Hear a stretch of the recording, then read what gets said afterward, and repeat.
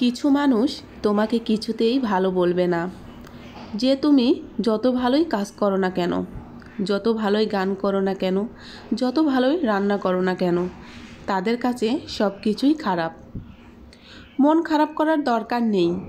ওই নিন্দা করা মানুষগুলো থাকে বলেই তুমি নিজেকে আলাদা করতে পারছো।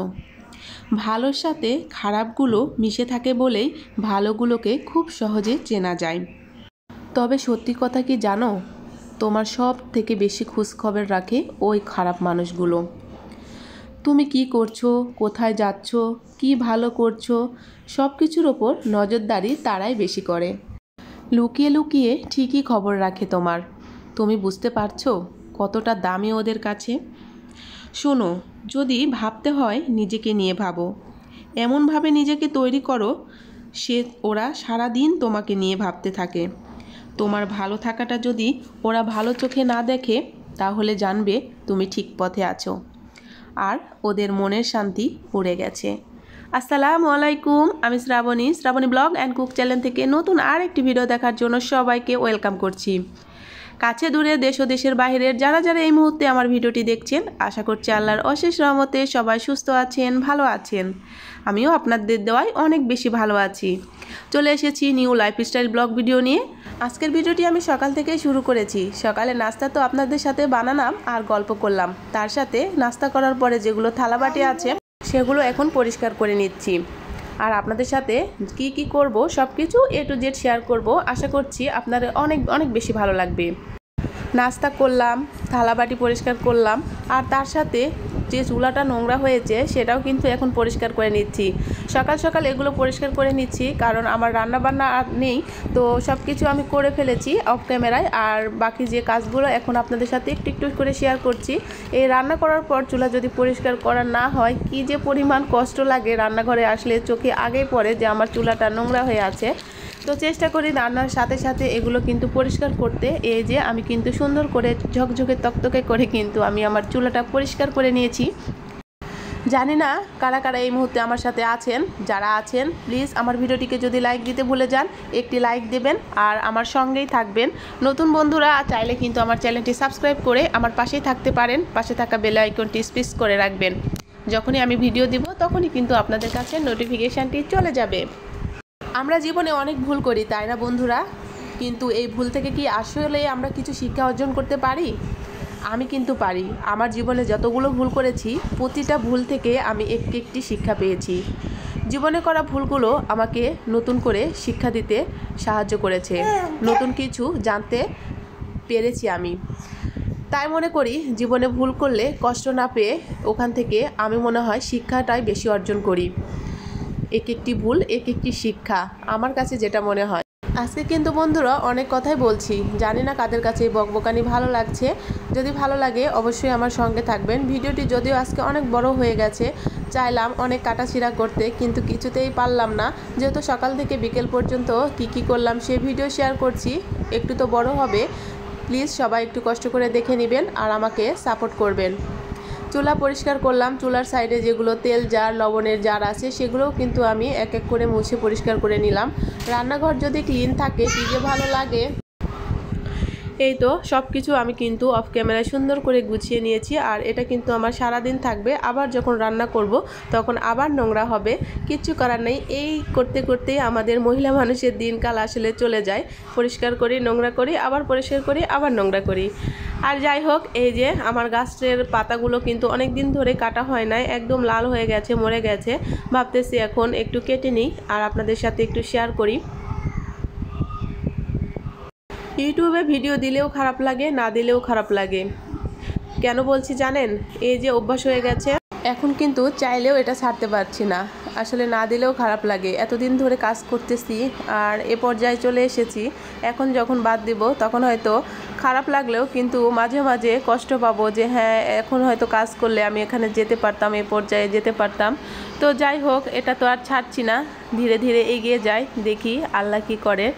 অবশ্যই ধৈর্যের পর সফলতা আসে, এটা আমি জানি। এখন চলে এসেছি দুপুরের রান্নায়। দুপুরের রান্না আজকে গরুর কলিজা ভুনা করব। এটা হচ্ছে কুরবানিদের গরুর কলিজা, তো রেখে দিয়েছিলাম, তো কিছু ফেসা আর হচ্ছে কলিজা আছে, আর এগুলোই আজকে আমি রান্না করব আর আপনাদের সাথে শেয়ার করব কিভাবে কলিজা রান্না করলে একদম কালো হবে না, খেতেও সুন্দর লাগবে, দুর্গন্ধ হবে না, সেই প্রসেসটাই আপনাদের সাথে শেয়ার করছি। আশা করছি আপনারা মনোযোগ দিয়ে দেখবেন।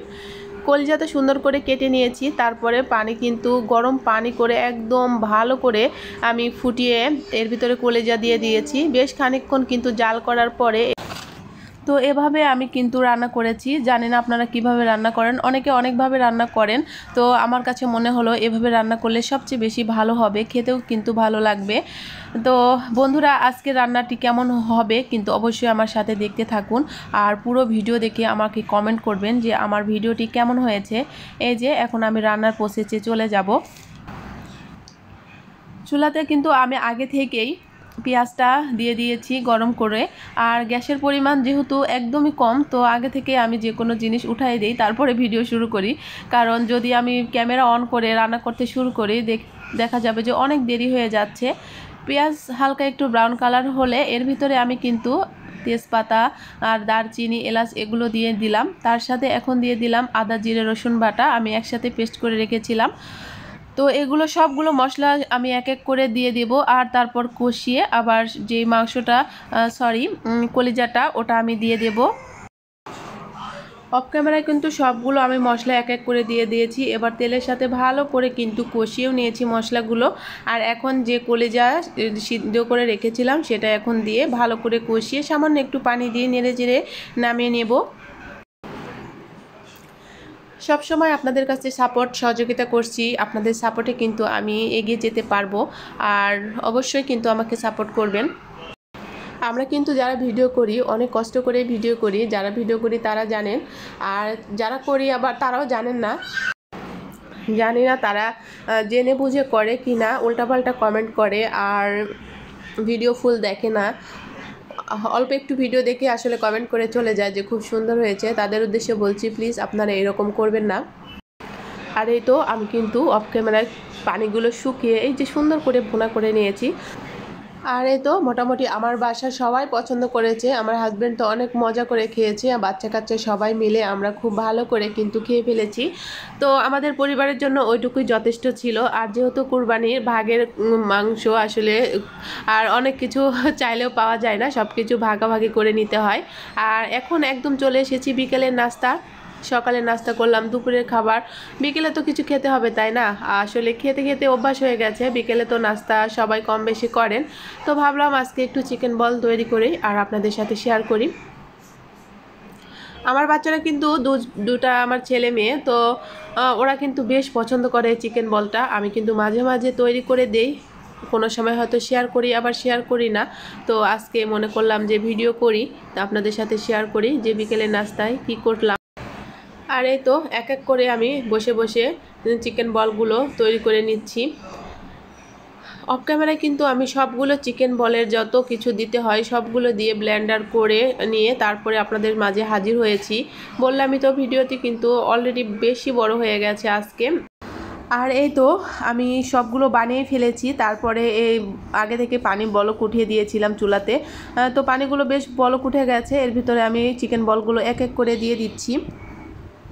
তো চিকেন বল এভাবে গরম পানিতে দেওয়াটাই বেশি ভালো হয়, তো আমি সবসময় যেভাবে তৈরি করি সেভাবে দেখিয়ে দিচ্ছি। এই তো কিন্তু অফ ক্যামেরায় অনেক জাল দিয়ে আমি নিয়েছি, আর এই তো সবগুলো বল কিন্তু উপরে ভেসে উঠেছে। যখন বুঝবেন যে ভেসে উঠেছে তখন কিন্তু একদম নামিয়ে ফেলবেন, হয়ে গেছে মনে করবেন। তো আমার কিন্তু সেদ্ধ করা হয়ে গেছে, এখন এক এক করে ছাঁকনি দিয়ে আমি উঠিয়ে নিচ্ছি, তারপর পরবর্তীতে পানি শুকিয়ে গেলে আমি এটা ভেজে নেব। ইউটিউবে ভিডিও দিতে মন চায় না, আবার না দিলেও পারি না, দুটানার মধ্যে পড়ে আসি। যেহেতু ভিডিও দিলে ভিউ হয় না, ওয়াচ টাইম আসে না, ওয়াচ টাইম কেটে নিচ্ছে, যেহেতু 1 বছর হয়ে গেছে আমার চ্যানেলের, আর তারপরে যদি না দেই তখনও খারাপ লাগে, সব মিলিয়ে একটা হযবরল অবস্থা চলছে আমার। তো যাই হোক, কষ্ট করে হলেও একটু একটু করে ভিডিও আপনাদের মাঝে শেয়ার করছি।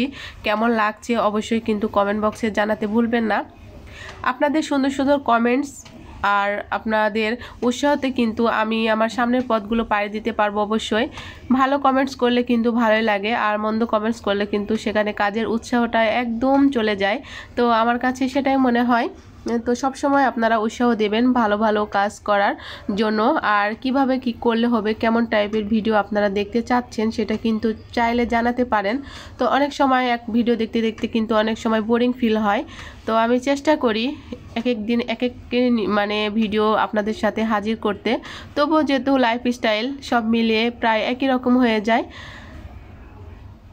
কথা বলতে বলতে কিন্তু আমি এই যে সবগুলো চিকেন বল ভেজে ফেলেছি এক এক করে, আর চিকেন বলের কালারটা কিন্তু দারুণ এসেছে। তো এভাবেই ভেজে নিলাম। আর একদম সন্ধ্যা রাত হয়ে গেছে, আর হঠাৎ করে কারেন্ট চলে গিয়েছিল। আর এই তো আমি হারিকেন জ্বালিয়ে বসে আছি এখন, আর আপনাদের মাঝে একটু শেয়ার করতেছি। সবার সুস্বাস্থ্য কামনা করে পরবর্তী ভিডিও দেখার আমন্ত্রণ জানিয়ে আজকের মতো এখানেই বিদায় নিয়ে নিচ্ছি। দেখা হবে নতুন আরেকটি ভিডিও নিয়ে। সে পর্যন্ত সবাই সুস্থ থাকবেন। আল্লাহ হাফেজ।